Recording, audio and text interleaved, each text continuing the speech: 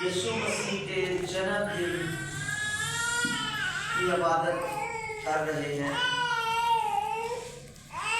کلام مقدس میں لکھا ہے کہ مقدس محفلیں فراہم کرو،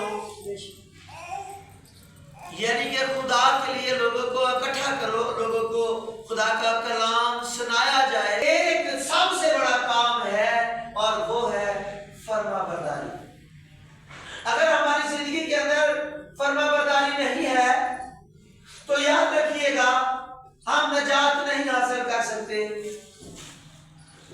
ہماری زندگی کے اندر اپنے بزرگوں کی وفاداری، فرما برداری، ماں باپ کی فرما برداری یا خدا باپ کی فرما برداری نہیں ہے تو ہم خدا کے حضور عاجز نہیں رہ سکتے، ہم خدا کے حضور بادشاہی کے وارث نہیں بن سکتے۔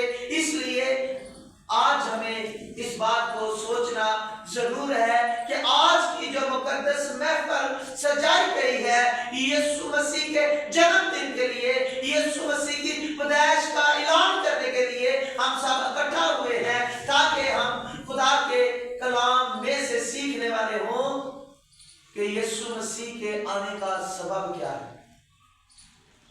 ہم شریعت کی کتاب میں جب دیکھتے ہیں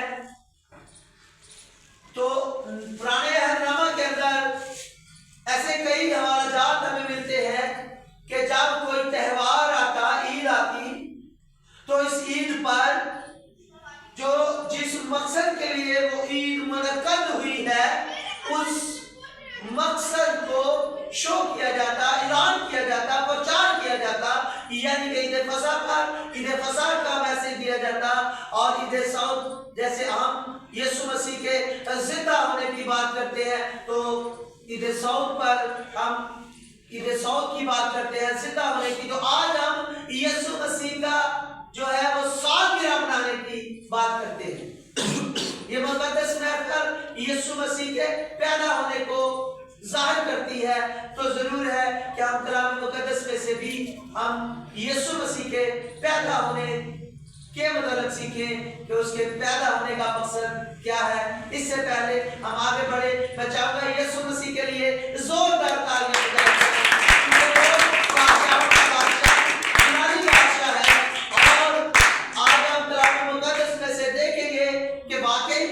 بادشاہ ہے یا اسے صرف لوگ کہتے ہیں؟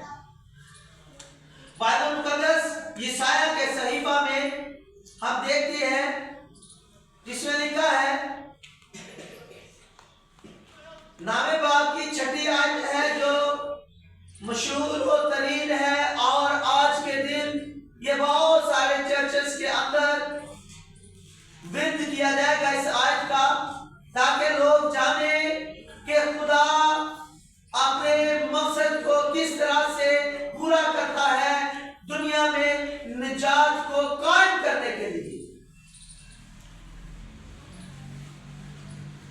لکھا ہے، اس لیے ہمارے لیے ایک لڑکا تولد ہوا اور ہم کو ایک بیٹا بخشا گیا، اور سلطنت اس کے کاندھے پر ہوگی، اور اس کا نام عجیب، مشیر، خدائے قادر، عادیت کا باپ، سلامتی کا شہزادہ ہوگا۔